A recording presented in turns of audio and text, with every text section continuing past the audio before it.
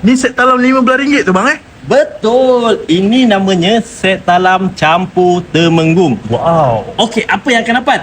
Anda akan dapat kambing yang digrill, 2 ketul ayam chicken chop yang digrill, portion nasi untuk 4 orang, sambal Arab dan sayur salata. Ayam chicken chop bang tak ada tulang Betul. Okey, harga sebenarnya RM62.90. Tapi kalau makan 4 orang, bahagi 4 dalam RM15 lebih macam tu.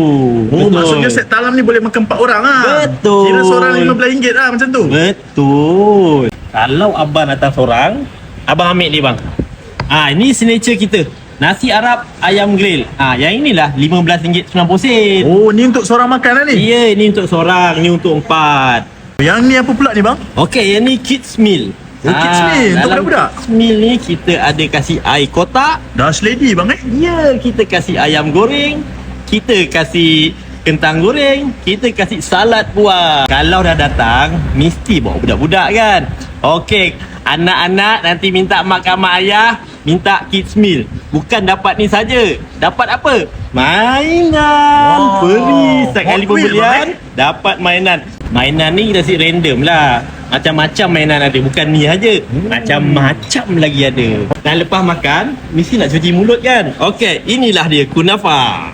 Ni kunafa apa pula ni bang? Ini namanya kunafa matcha strawberry. Okey, selain strawberry selain kunafa ni kita ada 6 jenis kunafa lain. Ini kunafa terbaru kami. Makan, tak ada air tercekik. Wow, ni air apa pula ni bang? Ini namanya air habatu sauda. Korang ingat habatu sauda minyak je ke? Ni air. Kalau tu kelebihan dia, tanya ChatGPT. Wah, tak habis lagi. Apa pula ni bang? Okey, ni air avocado milkshake. Rasanya lemak-lemak manis macam tu. Buah avocado original ni? Original kita blend. Okey bang, nak cari kedai abang ni dekat mana ni bang?